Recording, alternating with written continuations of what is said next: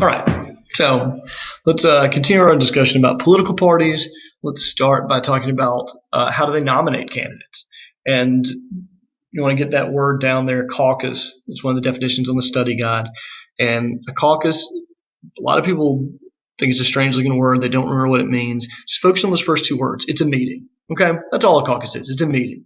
What happens at a meeting can differ, but it's a meeting.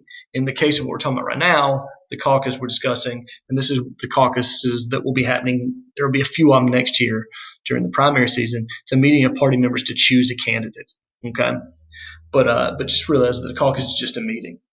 That was one of the first ways the parties used to choose candidates. The second way was a national convention. So they just all met in the national convention and they choose a candidate there. They still have those national party conventions, but that's just not the place. That's the place where they announce the candidates. That's the place where the candidates announce their running mate.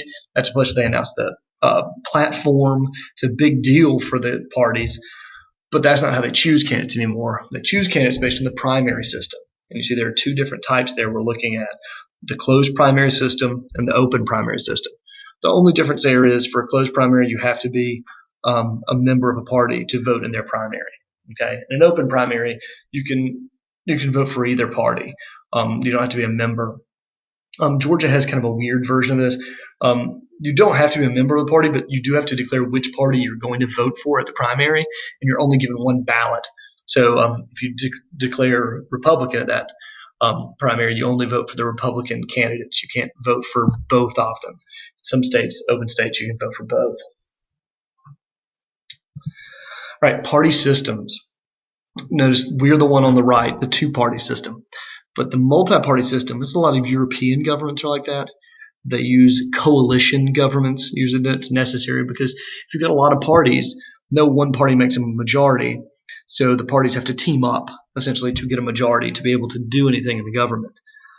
It gives minor parties a reason to exist because you could be a small party but team up with a bigger party, and then all of a sudden you two together, or three or four parties, are a majority. So there's a reason to exist if you're a minor party here. And another reason that comes is because of proportional representation.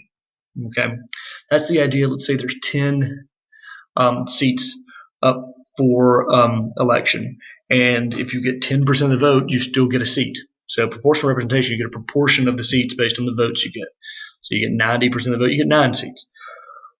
These governments are very unstable. You can imagine. You get a bunch of parties teaming up that don't necessarily agree on everything. Their relationships can sour and end pretty quickly. The two-party system, which what we have, is really exists a lot because of the winner-takes-all system, which means whoever wins gets everything. Essentially gets the seat, gets all the electoral votes, whatever that might be. And typically that winner is the person who has the majority. And so that ultimately is going to favor two parties. Ultimately, it's going to get down to the point where only two parties really have an incentive to keep participating because they're the only ones who have a shot at winning. This leads to something called wasted vote syndrome. It really discourages people from voting for minor parties. So if a minor party has no chance to win at all, what's the point? I mean, why even go out and vote if you're going to waste your vote on someone who has no shot at winning? These governments are stable. Think about ours. Our government's pretty stable. The two parties, they pretty much trade power back and forth. There's not a lot of these coalitions that can fall apart. However, our government, these two-party systems like our government has, change doesn't happen very quickly. It's a very slow, incremental change. There are the definitions from the last page I was talking about: proportional representation and winner takes all.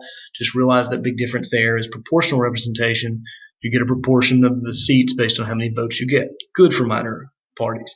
Winner takes all system, only the candidate with the most votes, typically the majority, but plurality as well works here, wins anything. So imagine you get 49% of the popular vote in a state, you get 0 electoral votes. So there's no incentive, like for a minor party who typically can't win a majority of votes in a state, there's no reason to even really run. Because if you get 10, 20, 30% of the vote, that's good, but doesn't get you anything. You don't get 10, 20, or 30% of the electoral votes. You get nothing. You see there, we do have the two-party system. However, we do have minor and third parties. Okay, don't think they don't exist. The problem is they're not guaranteed to have their names on state ballots. The only two parties candidates who are guaranteed to have their names on the ballots are the Republicans and the Democrats. Minor parties can get their candidates' names on the ballot. You see there, it talks about get a required number of signatures. Sometimes it's a fee that has to be paid. I think H. Ross Perot was one of the last candidates to get minor party candidates to get his name on the ballot in all 50 states.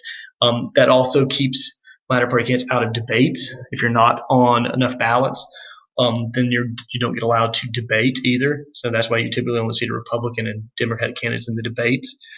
And all of this leads to minor parties not having a lot of influence. They don't really get to shape the government very much. They do, however, get to shape the conversation during the election. Because if a minor party is doing really well, then typically a major party is going to take their ideas and use some of those ideas. And so that is considered a lot of times by a minor party a win.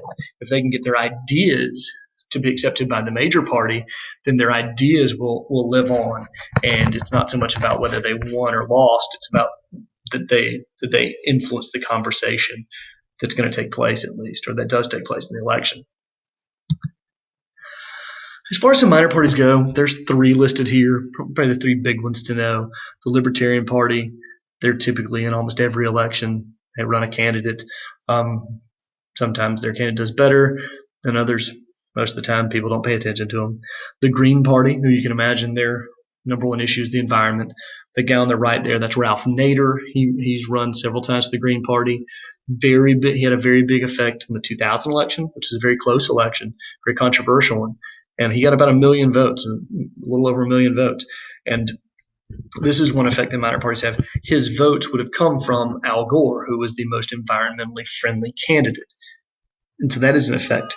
That is an effect that minor parties have, is that they take votes from the party that the most like, and a lot of times that would then benefit the party that they're least like or agree with the least.